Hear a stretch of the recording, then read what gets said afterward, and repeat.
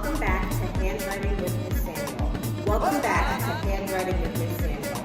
Today we're focusing on our to-be verbs. Today we are focusing on our, one more time, our to-be verbs. Perfect. So we're going to learn a little song because you know Miss Samuel loves songs that will help us to remember what our to-be verbs are. So first let's look at our subjects. We have I, we have we have he or she, we have you, and we have they.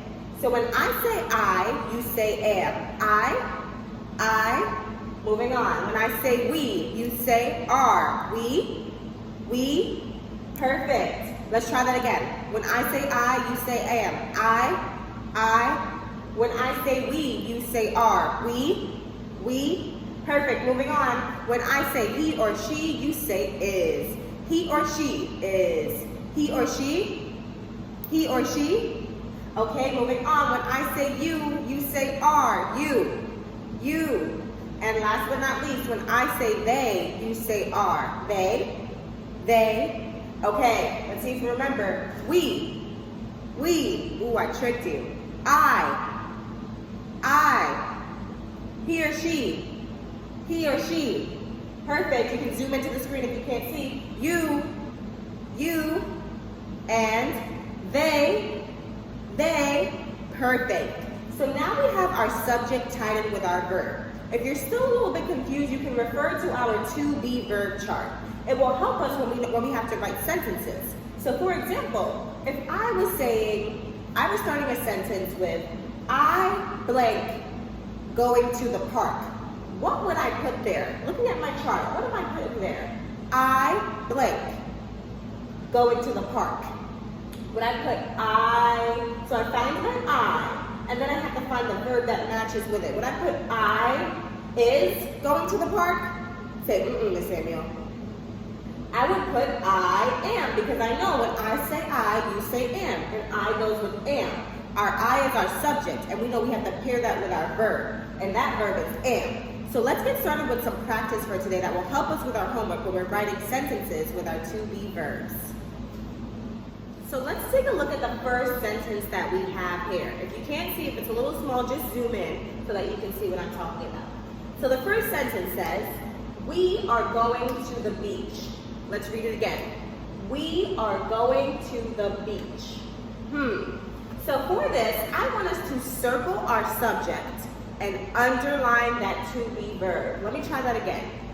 We are going to the beach. So we kind of had some help because in our to-be verb chart, we saw that we was definitely one of our subjects. So let's go ahead and circle that subject. Perfect. When you're done, give me a thumbs up. Excellent. So what could our to-be verb be? We are going to the beach. Thinking back to my chart, when I say we, you say are. Exactly. So we're going to underline that are. Okay, I want you to do the second one on your own. I'm watching. I'm going to read it with you. Here we go. He is very tall. He is very tall. I wonder what our subject could be. Thinking about our subject. Remember through our last videos what our subject is and thinking about that. So we know from our chart, our subject is he. So we circle that and we're going to underline that to-be verb that goes with it. So when I say he or she, you say is. Exactly. So we're going to underline that is. Boom. We have our practice done for today. For your homework, I just want you to simply fill in the corresponding to-be verbs that go with the subject. So you have I, fill in the blank. He, fill in the blank. We, fill in the blank. She, fill in the blank. It, fill in the blank, and they. Thinking about what goes along with your subject. So if you have I, are you going to say are? I are? Are you going to say I is?